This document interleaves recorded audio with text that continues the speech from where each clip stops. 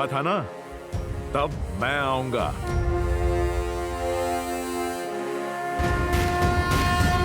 जय हनुमान ज्ञान गुण सागर, जय कपीस तिहु लोक उजागर, रामदूत अतुलित बल धामा, अंजनी पुत्र पवन सुत नामा। राम दुआरे तुम रखवारे, होत न आज्ञा बिनु पैसारे। आपन तेज समारो आपै, तीनों लोक हांकते कापै।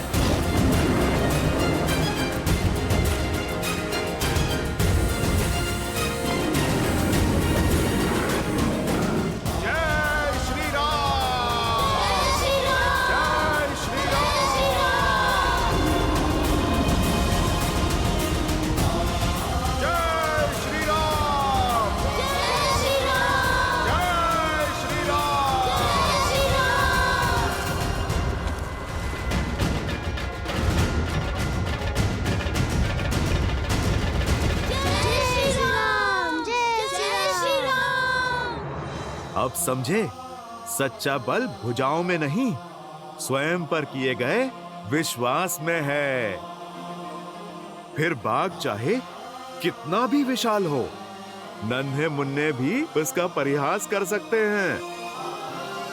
समझो, भय की आंखों में आंखें डाल के विश्वास से देखोगे, भय स्वयं दुम दबा के भाग जाएगा। पर ये विश्वास जगेगा कैसे हनुमान काका? भक्ति और शक्ति में संतुलन बनाना सीख जाओ। भक्ति तुम्हें धर्म से जोड़ती है और शक्ति कर्म से, और ये संगम जीवन के हर एक उतार चढ़ाव में तुम्हारा मार्गदर्शन करेगा।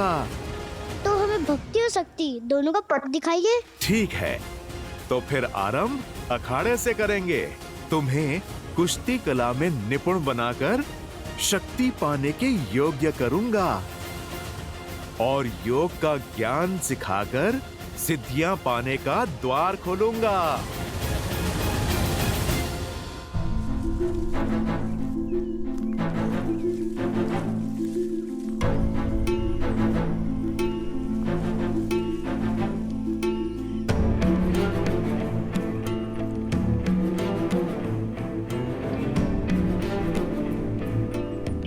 मानचित्र के अनुसार मार्ग तो यही है, परंतु यहाँ तो नदी है।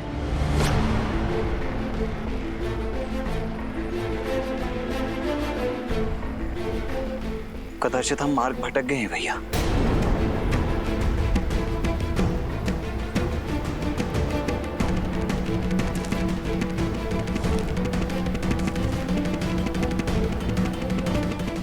नहीं लक्ष्मण, अब तक का मार्ग ऋषि भारद्वाज द्वारा दिए गए मानचित्र के अनुसार ही चुना है, अर्थात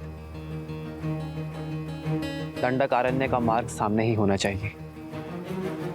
परंतु यहाँ तो नदी है ना भैया, फिर कदाचित ऋषि भारद्वाज से मानचित्र बनाने में कोई त्रुटि हुई हो। नहीं लक्ष्मण, ऋषि भारद्वाज बहुत ज्ञानी और अनुभवी है। वर्षों बिताए हैं उन्होंने यहाँ। उनके ज्ञान पर संदेह करना उचित नहीं है। मार्ग हमारे सामने ही है लक्ष्मण, कदाचित हम उसे देख नहीं पा रहे हैं।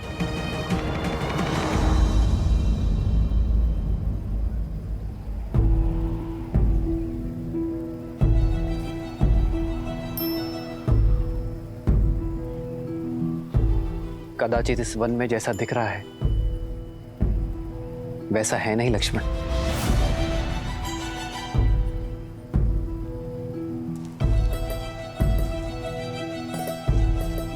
संभल कर भैया, नदी गहरी प्रतीत हो रही है।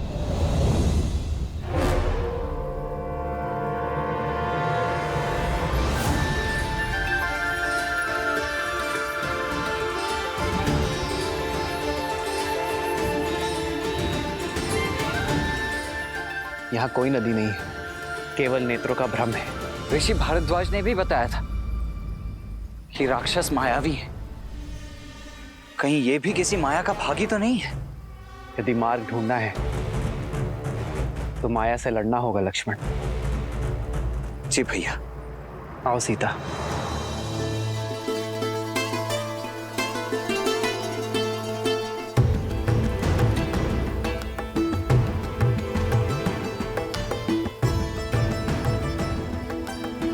आओ लक्ष्मण।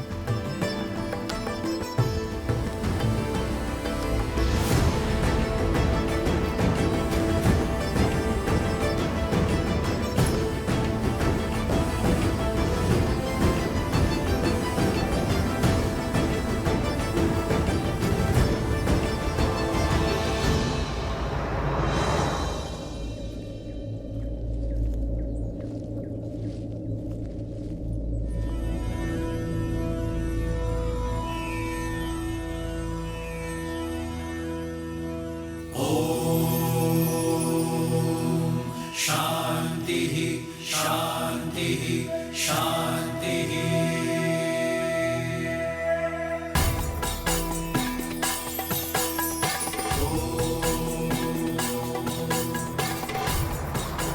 राम, तुम आ गए?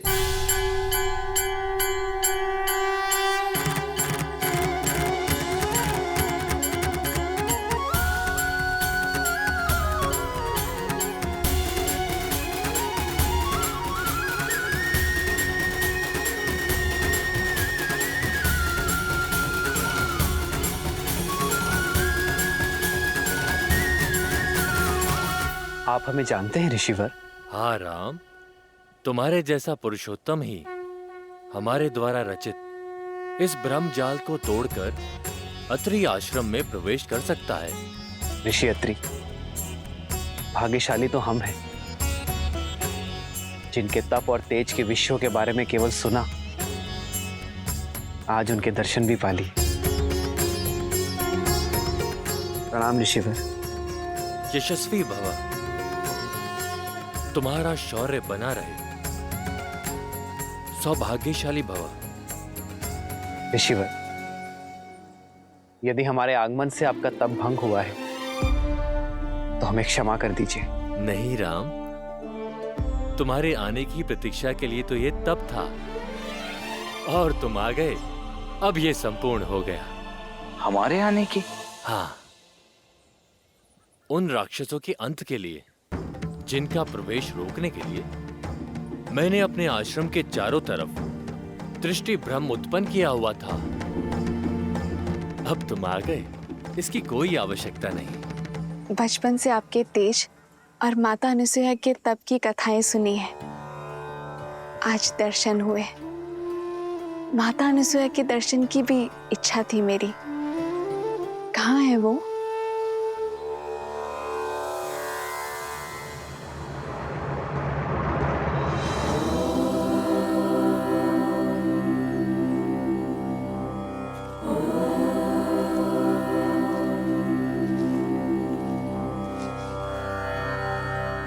प्रणाम अनुसुईया माता।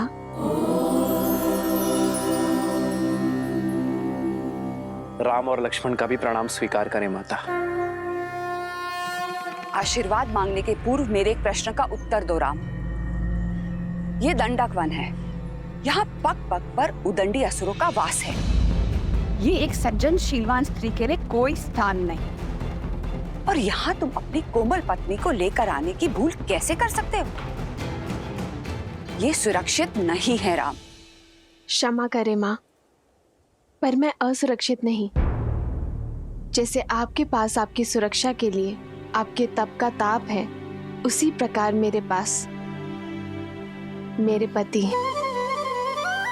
मेरे श्री राम का कवच है, भैया लक्ष्मण की सुरक्षा है। जिस प्रकार आप इसी वन में अपने पतिव्रता के बल से अपने पति की संगिनी बनकर रह रही हैं, उसी से प्रेरणा लेकर ये सीता भी आपकी ही भांति अपने पति की यात्रा में उनका साथ देगी। ऋषि भारद्वाज के आदेश से पीड़ित ऋषियों के तारण के लिए हम दंडक वन की ओर बढ़ रहे हैं। कदाचित यही हमारे वनवास के लिए नियति का उद्देश्य है ऋषिवर।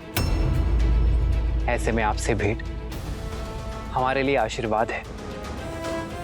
हम आशा करते हैं कि आगे की परिस्थितियों, समस्याओं और उनके निवारण के लिए आप हमारे मार्गदर्शक बनेंगे। दंडकारण्य? क्या हुआ ऋषिवर? आप इतने चिंतित क्यों हो गए? दंडकारण्य कोई सामान्य वन नहीं है, सहस्त्र मायावी राक्षसों का गढ़ है राम।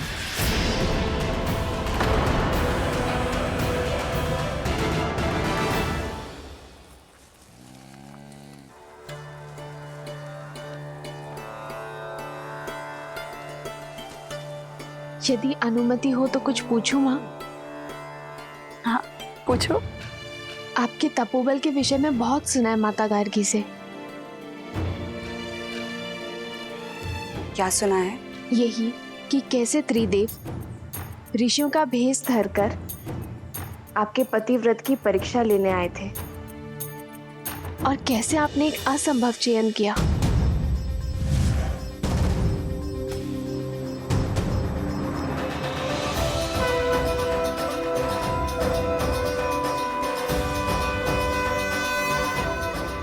ब्राह्मणों की सेवा तो हर गृहस्थ का धर्म होता है। मैंने प्रयास किया है कि आपका हर संभव स्वागत कर सकूं। भोजन ग्रहण कीजिए देव। अवश्य देवी, परंतु बिना स्नान किए ये भोजन ग्रहण करना हमारे लिए वर्जित है। मैं अभी आप लोगों के स्नान का प्रबंध आश्रम के जलाशय में करवा देती हूँ। रुकिए देवी, धर्म कहता है कि अतिथि की इच्छा को उसके अनुसार ही पूर्ण करना चाहिए। हमारा कहने का आशय ये है कि यदि आप स्वयं अपने हाथों से हमें स्नान कराएंगे तभी ये भोजन ग्रहण करना उचित होगा।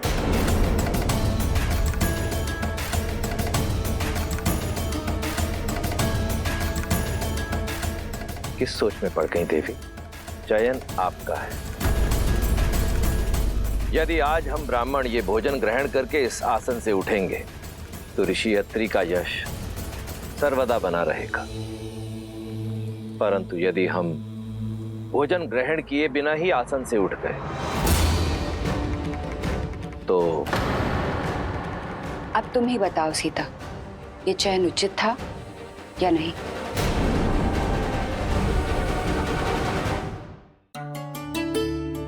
चयन कठिन अवश्य था।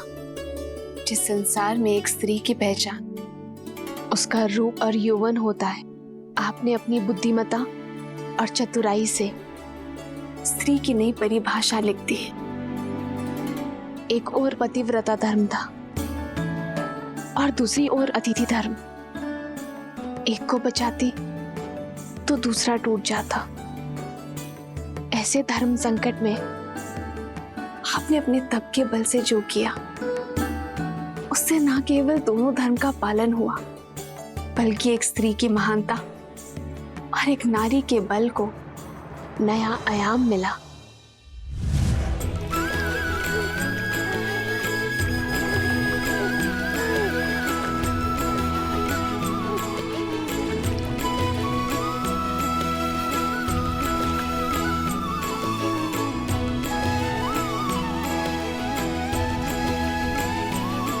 अब आपका स्नान संपन्न हुआ।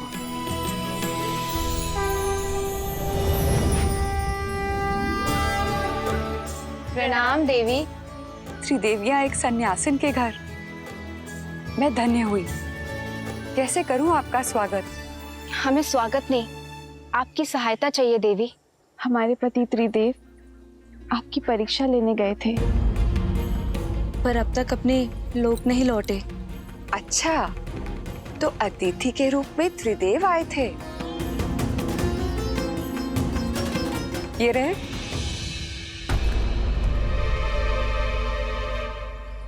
अपना अपना चुन लो।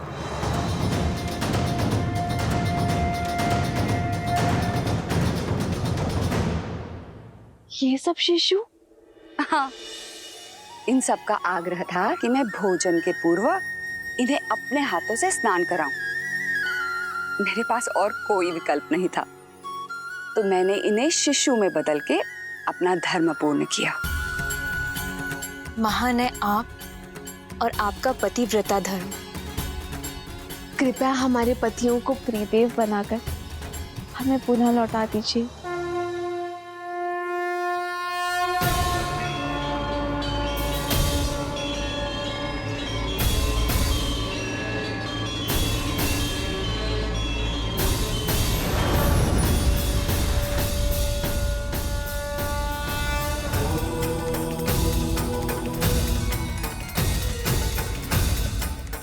देवी अनुसुईया, संसार में जब जब पतिव्रता धर्म की बात होगी तब तब आपका उल्लेख अवश्य होगा।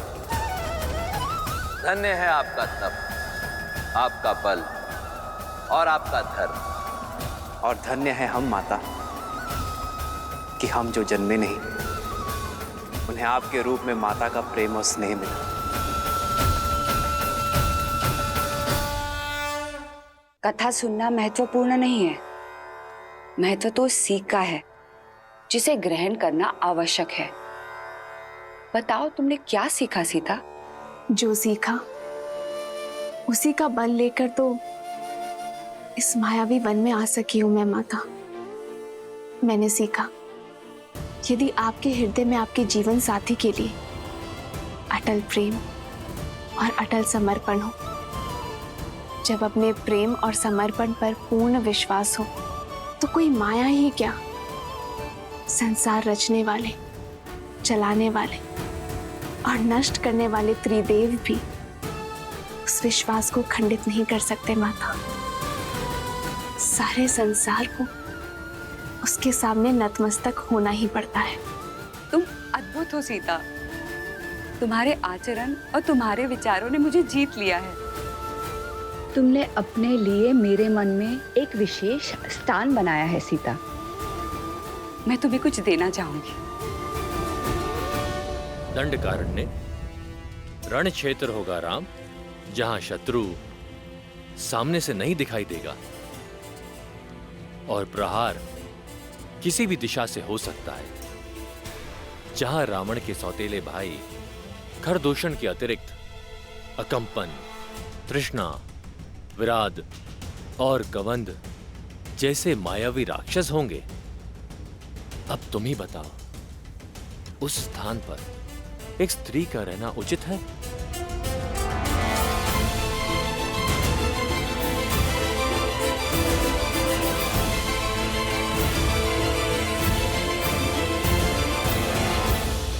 जब अपने प्रेम और समर्पण पर पूर्ण विश्वास हो, तो कोई माया ही क्या, संसार रचने वाले, चलाने वाले और नष्ट करने वाले त्रिदेव भी उस विश्वास को खंडित नहीं कर सकते माता। सारे संसार को उसके सामने नतमस्तक होना ही पड़ता है। तुम अद्भुत हो सीता, तुम्हारे आचरण और तुम्हारे विचारों ने मुझे जीत लिया है। तुमने अपने लिए मेरे मन में एक विशेष स्थान बनाया है सीता। मैं तुम्हें कुछ देना चाहूंगी।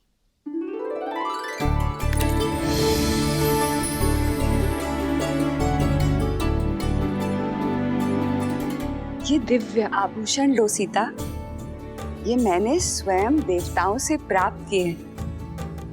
नहीं माता, मैं कैसे? माता बोलकर माँ की दी हुई भेंट अस्वीकार कैसे कर सकती हो? माता पिता के दिए हुए आभूषण भविष्य में संकट आने पर पुत्री का सहारा बन सकते हैं। ये भविष्य में आने वाले संकट में तुम्हारी सहायता करेंगे सीता।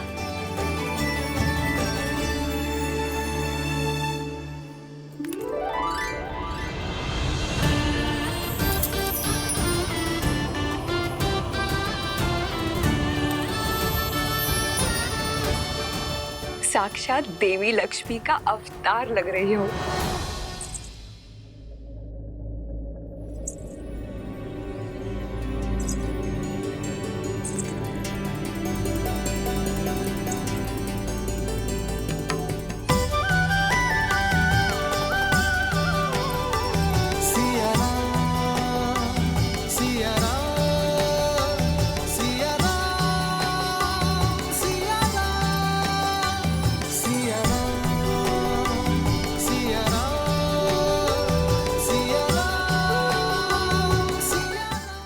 का आग्रह था तो? आग्रह नहीं, प्रेम। माता के घर से कहीं कोई पुत्री खाली हाथ जा सकती है?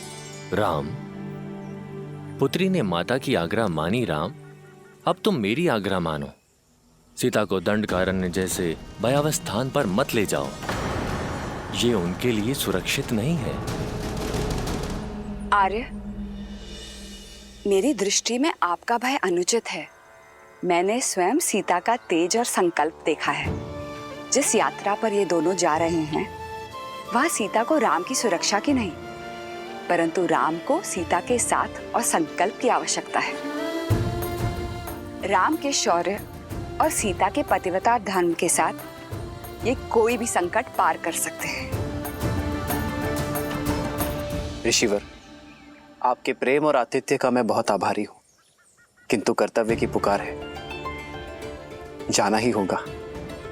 दंडकारण्य के कुछ ऋषियों को मैंने सहायता का वचन दिया था। आस बांधकर उन्हें तोड़ने का महापाप मैं नहीं कर सकता ऋषिवर। विदा दीजिए ऋषिवर, और आशीर्वाद भी। संध्या होने को है। इस बार में दंडकारण्य जाना उचित नहीं है। आज तुम सब यहीं रुक जाओ। कल भोर में नए सूर्योदय के साथ नई यात्रा प्रारंभ करना।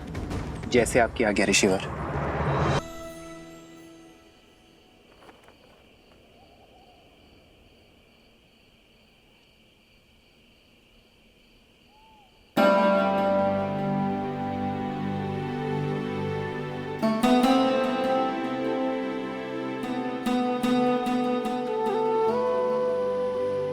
आज मेरी सीता कहीं खो गई थी। आपके सामने ही तो हूँ। मुझे तो साक्षात देवी लक्ष्मी दिखाई दे रही है। इतनी अद्भुत उपमा मत दीजिए आर्य। मैं केवल सीता हूँ, अपने वनवासी राम की साधारण पत्नी। तुम्हारी यही असाधारणता, तुम्हारा समर्पण तुम्हें असाधारण से परे बनाते हैं सीता। पवित्रता और सौंदर्य का संगम हो तुम। सच में तुम्हें पाना मेरा सौभाग्य है सीता।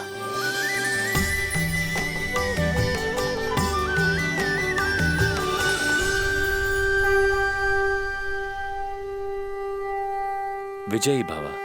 आयुष्मान भव। राम, एक माता की ये सीख स्मरण रखना, लक्ष्य जितना बड़ा हो मार्ग उतना ही कठिन होता है। अपरिचित संकटों से घिरा है वो स्थान। तुम तीनों की सतर्कता और साथ यही कवच है। एक पल के लिए भी कोई असावधानी मत करना। अवश्य माता।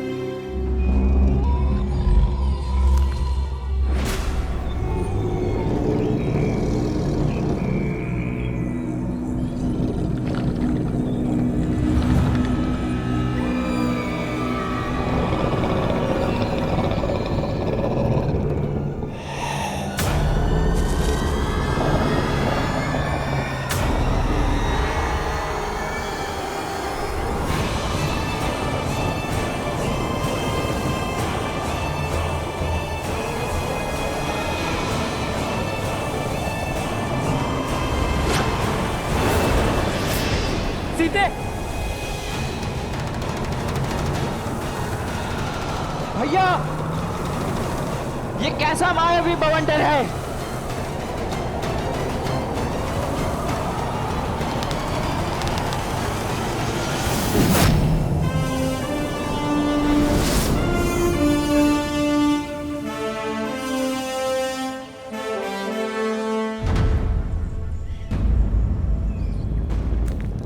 भैया, वो देखिए।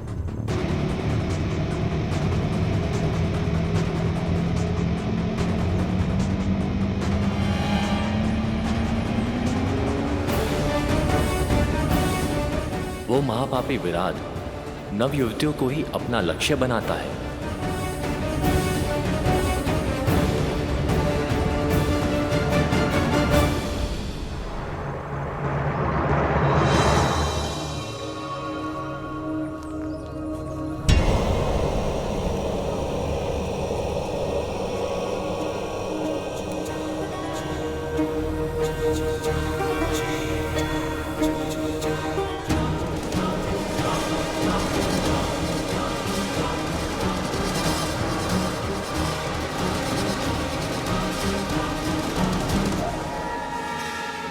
घर की सेना के अंग विराट के आतंक से संपूर्ण दंडकारण्य दूषित है।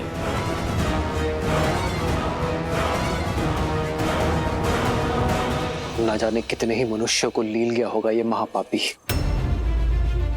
इसे अवसर नहीं, अंत की आवश्यकता है। हमें विराट का संहार करना ही होगा लक्ष्मण।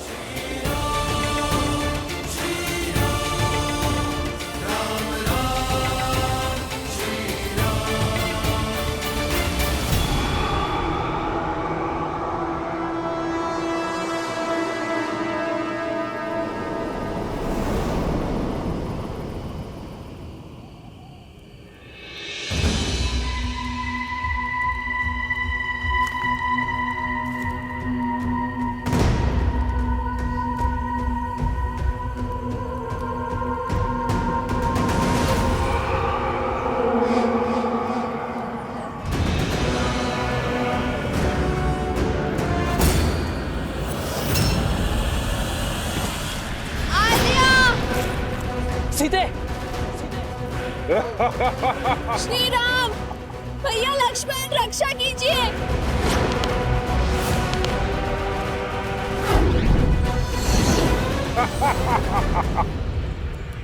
भैया, ये विराट! सीते!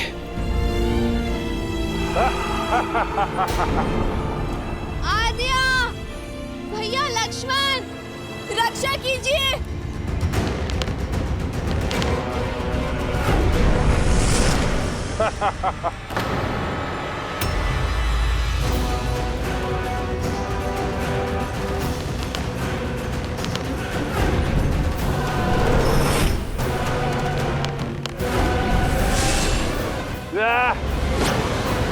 सीते!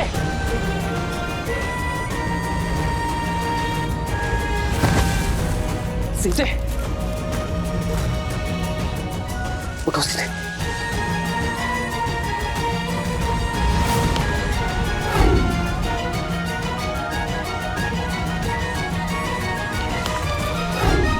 भैया, इस पर हमारे बाणों का कोई प्रभाव नहीं हो रहा है। मेरे आहार के बीच बाधा बनने आए हो? पहले तुम्हारा अंत होगा।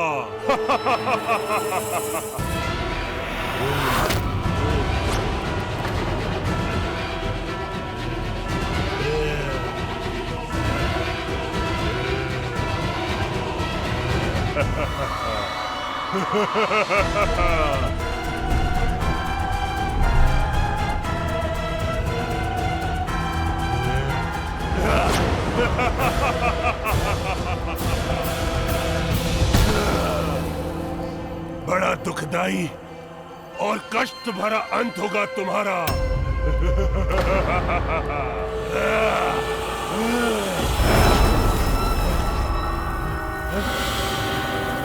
भैया, इस दुष्ट पर तो हमारे समस्त शस्त्र प्रभावहीन है। अब हम करें तो करें क्या? एक वीर का सबसे बड़ा शस्त्र स्वयं उसका बल होता है लक्ष्मण। लक्ष्मण, मल्ल युद्ध का प्रशिक्षण स्मरण है ना?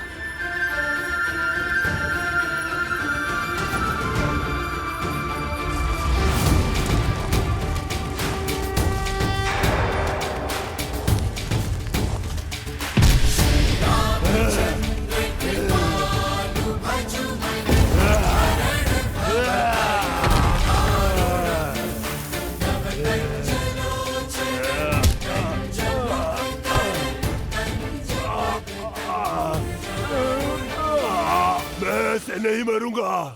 मुझे श्राप मिला है, मेरा मोक्ष ऐसे नहीं होगा। कोई लाभ नहीं है इस सब करने से।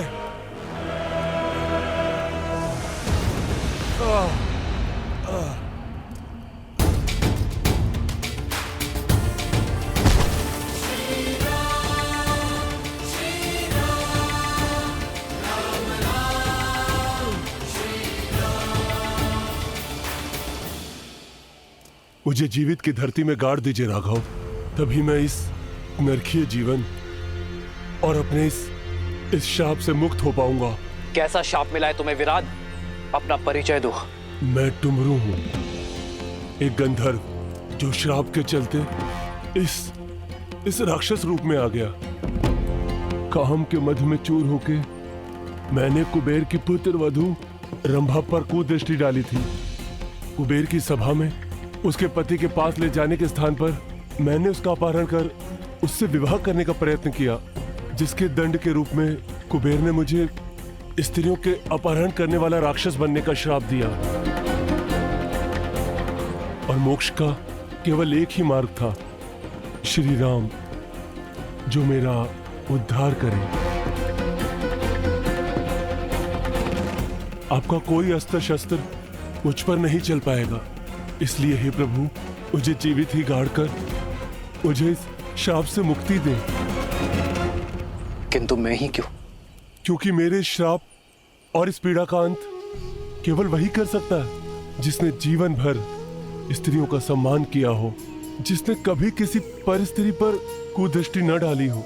मैंने मोक्ष की इच्छा से न जाने कितने ऋषि मुनि और देवों के दरवाजे खटखटाए, किंतु सभी के मन में किसी न किसी पराई स्त्री के लिए काम अवश्य जागा था। प्रभु राघव, इस संसार में केवल आप हैं जो पवित्र हैं, इसलिए हे राम, मेरी सहायता कीजिए, मुझे श्राप से मुक्ति दिलाइए। तुम गुरु, तुम्हारा जीवन समस्त संसार के लिए एक सीख है। स्त्रियों के सम्मान, उनके आदर का पाठ पढ़ाने वाला अध्याय है। मुझे तुम पर दया आती है तुम गुरु, और मैं तुम्हारी पीड़ा को भी समझता हूं, इसलिए मैं तुम्हें तुम्हारी मुक्ति में सहायता अवश्य करूंगा।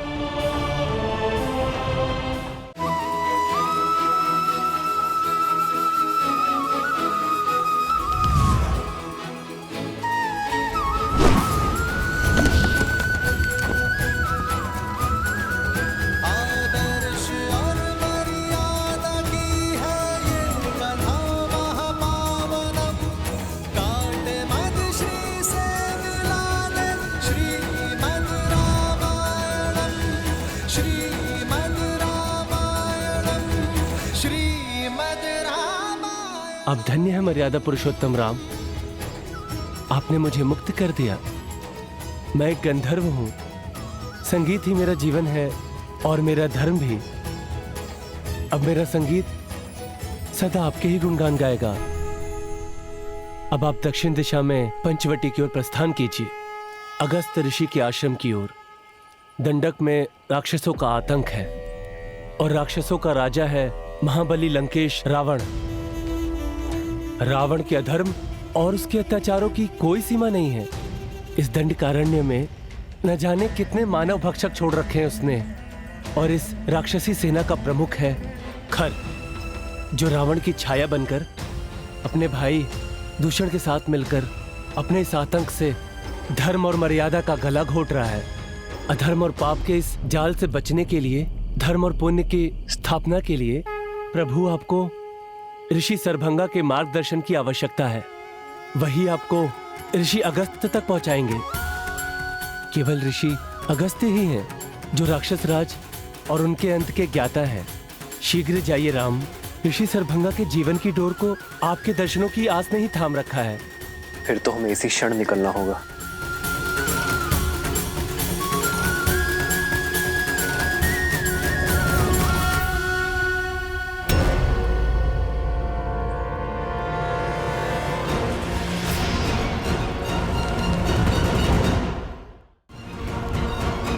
ठहरो लक्ष्मण।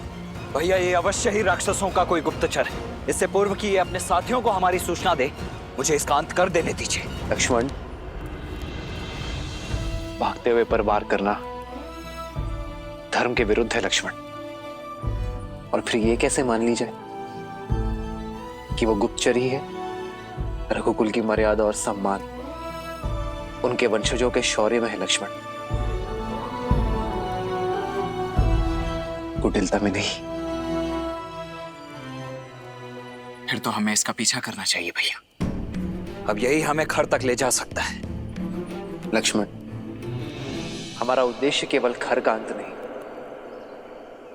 संपूर्ण राक्षस राज का अंत है। हमें ऋषि शरभंग के पास जाना चाहिए। उनका मार्गदर्शन हमारी प्रतीक्षा कर रहा है लक्ष्मण। जी भैया। स्वामी, श्री राम की कथा सुनने में बड़ा आनंद आता है, किंतु वनवास के कुछ ऐसे क्षण हैं जो मुझे आहत कर देते हैं। मैं समझता हूं देवी, परंतु वृक्ष की छाया के सुख का आभास तभी होता है जब व्यक्ति कड़ी धूप में अपने तन को बहुत देर तक जलाए। ये प्रसंग संसार के लिए इसलिए आवश्यक है क्योंकि ये संसार को ये शिक्षा देते हैं कि पीड़ा एक बहुत बड़े उद्देश्य की पूर्ति का साधन भी होती।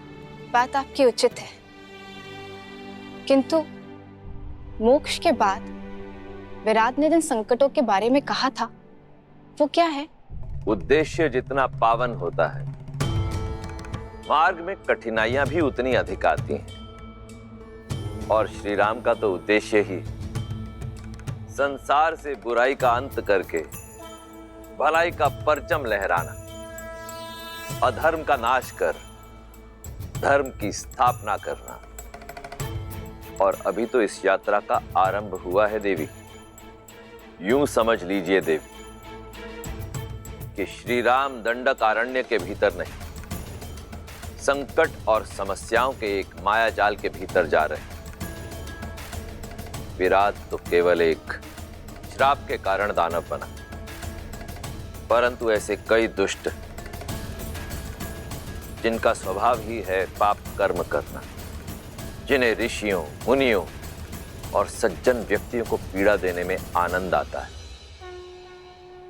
उनका अंत भी तो श्री राम को ही करना है। भगवान विष्णु के अवतार के लिए भला क्या कठिन हो सकता है?